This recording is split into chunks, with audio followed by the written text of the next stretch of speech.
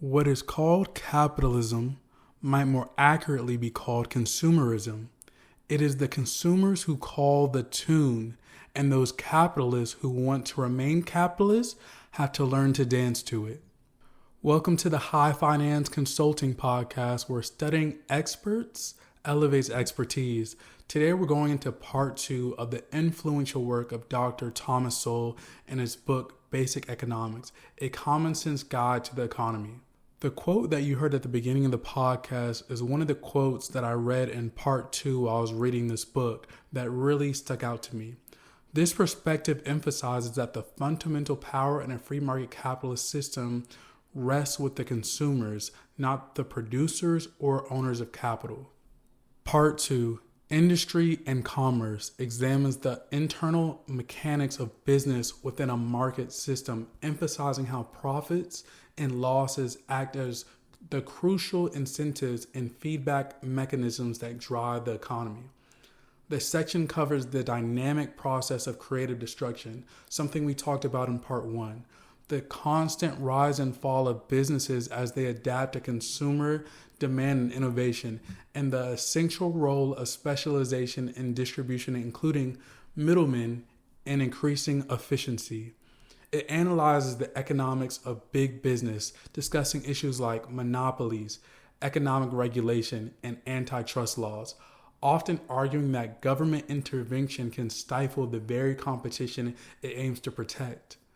Finally, it contrasts the feedback and efficiency of market economies with the chronic waste and misallocation of resources inherent in a century-planned non-market economies, which lack the essential information conveyed by prices. Starting with Chapter 5, The Rise and Fall of Business.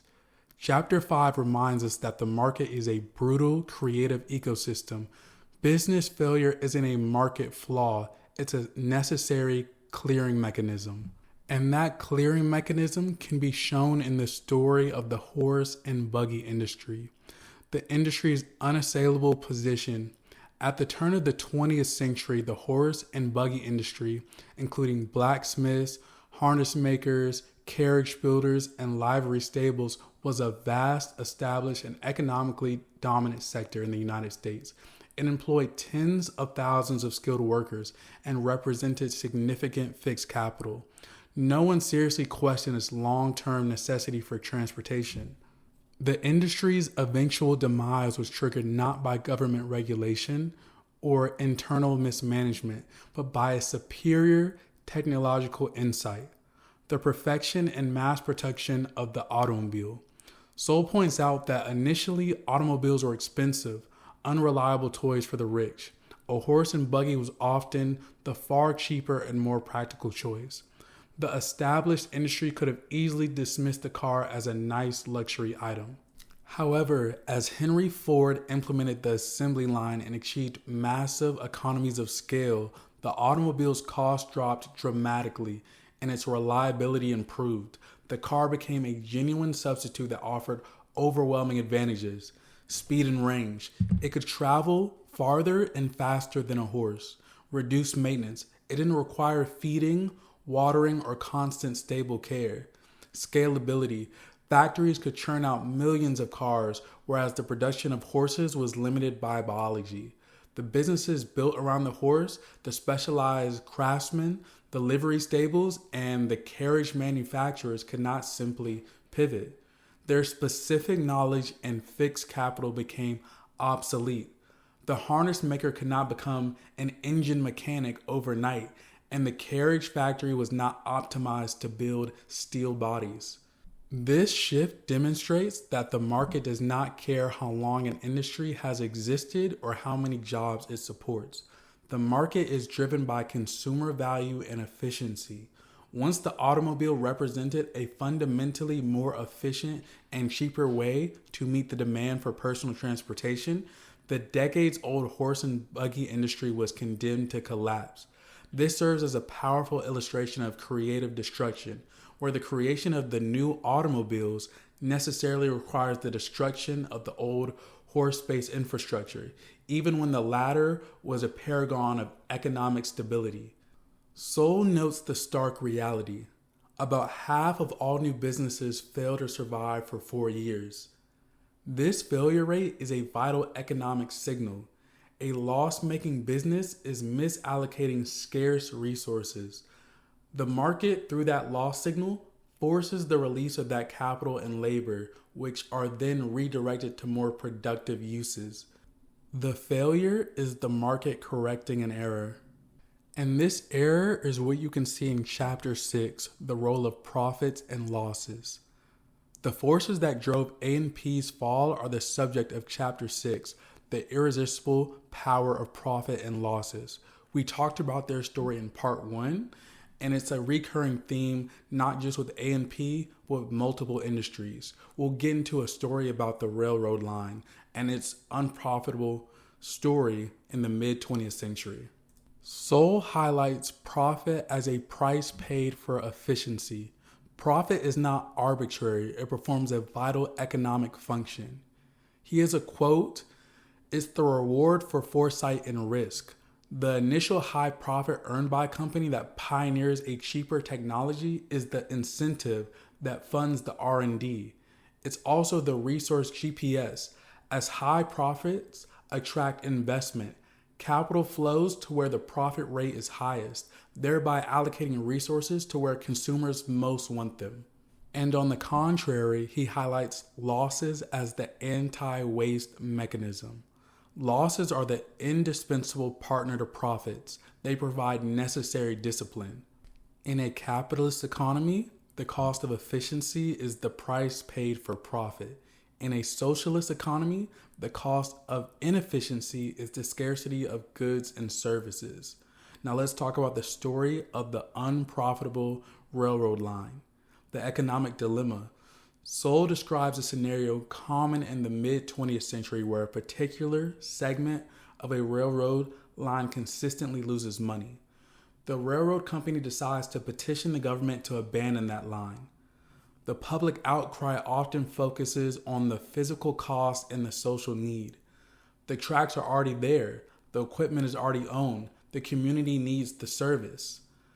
The financial illusion versus the economic reality is the core economic insight Sowell presents is that the focus on physical items, the tracks, the equipment, ignores the opportunity cost and the continuing destruction of scarce resources, ignoring variable costs. While the tracks are physically there, a sunk cost, the railroad must still pay variable costs to keep the line running.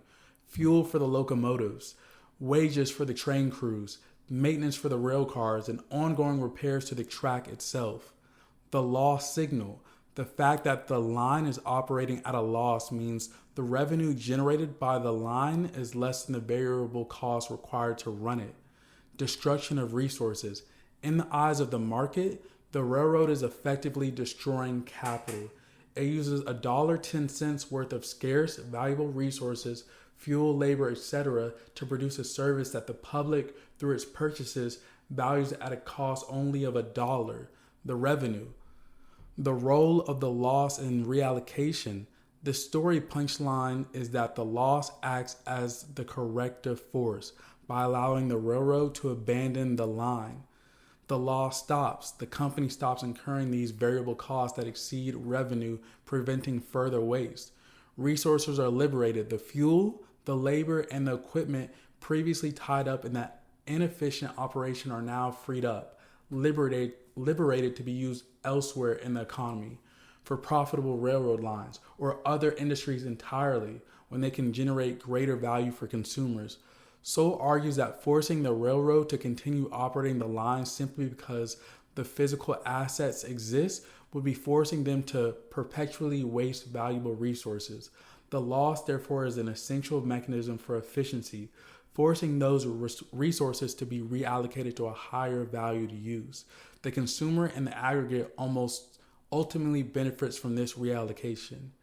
In a market system, a loss forces a firm to stop its waste. In a centralized system where losses are socialized, inefficient firms can persist indefinitely, leading to scarcity and lower quality for the consumer. Losses are what prevent the entire economy from becoming one vast wasteful enterprise. This story illustrates how a company might petition the government or has petitioned the government throughout history, as we've seen before in a lot of these stories, and petitions the government to fight on its behalf rather than become more efficient because the market will tell you what it wants. And so we saw this in part one, where the railroad industry was heavily affected by the trucking industry, and the government tried to step in, and it had the opposite effect when it came to helping the consumers. Sowell discusses how the government's regulations has caused inefficiency in the markets, but he highlights the final regulator is always competition. The fear of excessive profit is unfounded in an open market due to competition. The great spur to cost cutting is the threat of losing sales to competitors. Profit rates tend to be much higher in the short run than in the long run. High profit is a temporary phenomenon. It acts as a magnet, attracting competitors who increase supply and drive prices down until the profit rate is normalized. This constant competitive pressure is the market's guarantee to the consumer. Now, Sowell highlights at the end of chapter 6 how the final regulator is competition, which brings us to chapter 7, big business and government. Chapter 7 examines the scale of business and the government's attempt to regulate it. The logic of big business and economies of scale. Firms grow large primarily because of economies of scale. Now, what is economy of scale? He says, quote, economies of scale mean that a larger firm can produce output at a lower cost per unit than a smaller firm. Sowell always is very simple and direct with his definitions, one of the reasons why I love this book. And he also highlights the economies of big business with his story of Walmart. Sowell uses Walmart as the preeminent example of how large size and efficient operations translate into lower prices for consumers, which he argues is the true measure of economic success. The core points include size as efficiency. Walmart's success is not attributed to market manipulation, but to its superior efficiency in distributing goods. Its immense size allows it to achieve massive economies of scale that smaller competitors cannot match. Cost savings. These economies of scale allow Walmart to negotiate dramatically lower prices from suppliers and achieve lower distribution and inventory costs. For instance, being able to buy in massive bulk means a lower per unit price for the retailer. And lastly, the consumer benefit. Crucially, Sowell emphasizes that these cost savings are consistently passed on to the consumer through Walmart's everyday low prices strategy. He argues that this benefit to millions of shoppers, particularly those in lower income brackets, is an economic good that is often overlooked in political discussions about big business. He then goes on to discuss challenging the evil monopoly narrative. The chapter also uses Walmart to address the public and political skepticism directed at dominant firms. Competition versus competitors. Sowell distinguishes between having competition, a vigorous process that forces down prices and improves efficiency, and having a large number of competitors. Walmart's critics often focus on the fact that it drives small businesses out of business.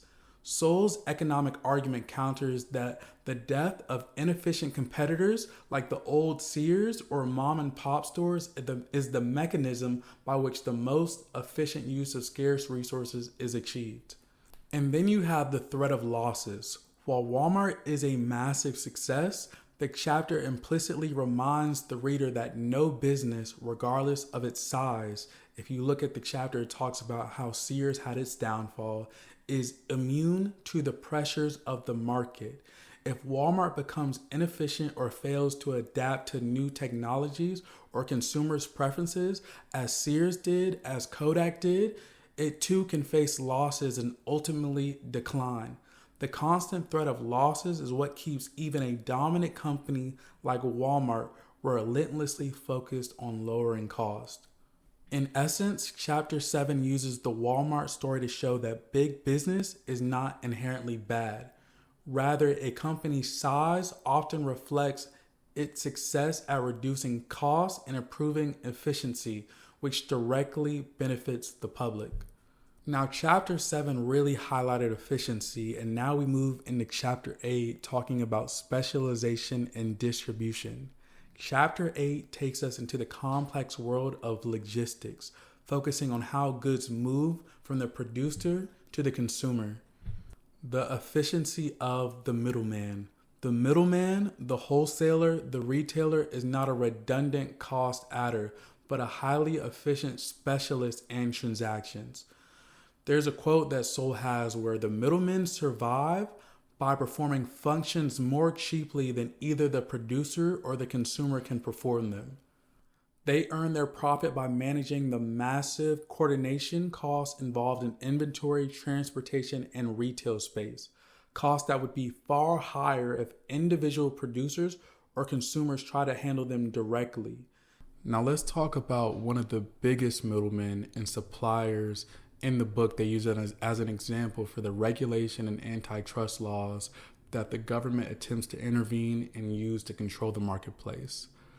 The Alcoa antitrust case, the core argument for monopoly. In 1937, the U.S. Justice Department sued Aluminum Company of America, Alcoa, which for a time was the sole producer of virgin aluminum in the United States. The situation appeared to be a classic monopoly, which is what antitrust laws are intended to prevent or break up. In a landmark 1945 ruling, Judge Leonard Hand concluded that Alcoa had illegally monopolized the market.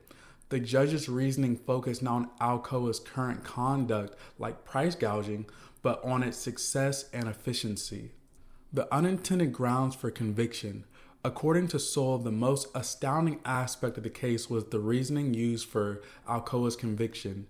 Judge Hand essentially condemned Alcoa for being too good at competing and being too efficient. The famous passage from the court decision states that Alcoa's monopoly was created by its policy of progressively to embrace each new opportunity as it opened and to face every newcomer with new capacity already geared into a great organization. End quote. In simple terms, Alcoa was condemned for continually anticipating and meeting demand. The company kept building new capacity ahead of time to meet the rising demand for aluminum. Being too efficient, it was so effective at increasing its output and lowering its cost that no other company could successfully enter the market to compete. As economist Alan Greenspan concluded, and Sowell references, Alcoa is being condemned for being too successful, too efficient, and too good a competitor. The economic reality, Sowell's analysis. Sowell uses the actual market data for aluminum to argue that Alcoa was not behaving like a harmful monopolist. Falling prices. From 1890 to 1929, the period leading up to the suit, the price of Alcoa's basic aluminum product fell by about 88% after correcting for inflation. A true monopolist restricts output to charge a higher price, but Alcoa was doing the opposite. Massive output increase. Over the same period, Alcoa's output increased by 344,000%. The massive increase in production is the direct opposite of the output restriction that defines a harmful monopoly. Competition from substitutes. Sowell argues that the government's definition of the aluminum market was too narrow. Alcoa was not just competing against other aluminum producers, it was competing against companies that produce steel, copper, tin, wood, and plastics, all of which can be substituted for aluminum in various products. The concept of cross-elasticity of demand. This outside competition is why aluminum prices fell despite Alcoa's dominant position in virgin aluminum production. The lesson of Chapter 8, the Alcoa case, is used to drive home the chapter's main point about regulation and antitrust laws. The government's focus is often placed on structure, the number of competitors, or the market share of a single firm, rather than on the actual conduct and consequences. Prices, efficiency, and consumer well-being. The Alcoa case illustrates that a single company can have 100% of a domestic market but still be forced to behave competitively by the existence of low-priced substitutes and international imports.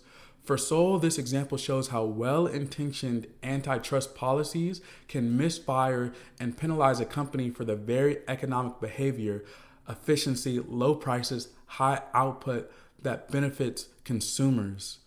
And then we have chapter 9, which is the last chapter in part 2 of Basic Economics. The chapter dedicated to comparing market and non-market economies. It highlights the critical role of profits and losses as the necessary signals and incentives for efficiently allocating scarce resources. Non-market systems, particularly centrally planned economies, lack the feedback mechanism, leading to a chronic waste, poor quality, and a failure to meet consumer needs. This difference is not due to a lack of intelligence or dedication among central planners, but to the impossible task of coordinating the vast, decentralized knowledge held by millions of individuals through a single bureaucracy. And Sowell highlights this point best in his example of the Soviet nail factory. In a centrally planned economy, the government agency responsible for resource allocation, historically the Gauss Plan, in the Soviet Union sets production goals based on physical quotas rather than consumer demand. This system creates powerful, often perverse incentives for factory managers to meet the quota with the least effort, regardless of the quality or utility of the final product. The failure of quotas. Quota by weight. If the quota for nails is set in tons, the factory's manager's most efficient way to achieve the target is to produce the smallest number of extremely heavy items. Result: the factory produces enormous, thick railroad spikes or massive, unusable nails. The manager is successful by the state's metric, meeting the quota, but the construction sector and general public suffer a chronic shortage of small, functional nails needed for common carpentry or home use. The heavy nails are essentially industrial waste. Then you have quota by number. When the planners, frustrated by the heavy, useless nails, change the quota to a specified number of units, the manager's incentive flips entirely. The factory begins stamping out millions of tiny, thin tacks of flimsy wire spikes to maximize the count while minimizing material and effort. The manager meets the numerical quota, but the nails are too brittle or small to be used for any significant construction. The national shortage of usable nails persists. The lesson of the market. The story highlights the fatal flaw of central planning, the inability of a small group of planners to possess and process the immense decentralized knowledge about what is truly needed and desired by millions of consumers. In a market economy, if a nail manufacturer produced only useless, heavy, or flimsy nails, the manufacturer would immediately face losses because no consumer would buy them. These losses would compel the manufacturer to correct the product mix or go bankrupt.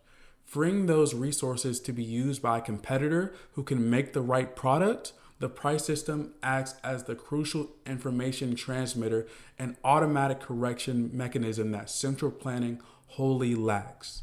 Now with that brings us to the close of our deep dive into the microeconomic foundations of Sowell's Basic Economics, focusing on chapters 5 through 9. For our high finance consulting audience, the key takeaway from this section isn't just theory, it's a brutal reality check on capital allocation and risk management. We started with the rise and fall of businesses, a chapter that should be mandatory reading for every entrepreneur. Sowell reminds us that most businesses fail.